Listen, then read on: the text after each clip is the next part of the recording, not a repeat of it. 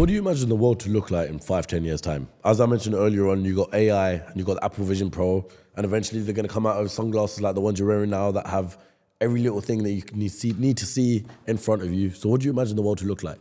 Is it a scary place, or is it a thing of where it's interesting? It's a good question.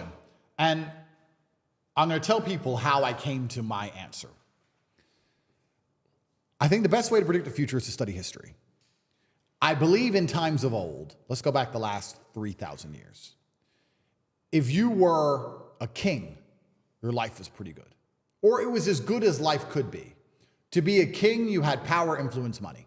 That's what you had, and you were a king, and you lived a good version of life. If you weren't a king, you were an average man, a common man. Mm-hmm. And I think the world is cyclical. When you were a common man 2,000 years ago, you were effectively a slave, and life was terrible.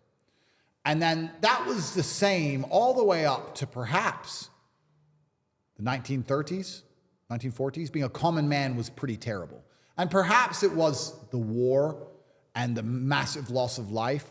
Perhaps it was something else, I'm not sure. But I kind of feel like there was a golden period between in the 50s, the 60s, the 70s, the 80s, maybe even the 90s, where being a normal, hardworking man, because life is cyclical, went from being a terrible existence to quite a good existence. In the 60s, you could be a normal man who worked in a factory, an unskilled labor job, and with one wage, you could afford a house, you could afford a car, you could afford to raise a family, your children would not be taught garbage in school, your wife would respect you, you'd have a home-cooked meal. Times were good. Times were good. All the things I said about playing Uno earlier in Hyperbole are true. What matters most? Your wife loves you. You're respected as the breadwinner. Your kids respect you. They listen to you. Mm-hmm. Your house is clean. Your house is safe. Your car works. Your life is good.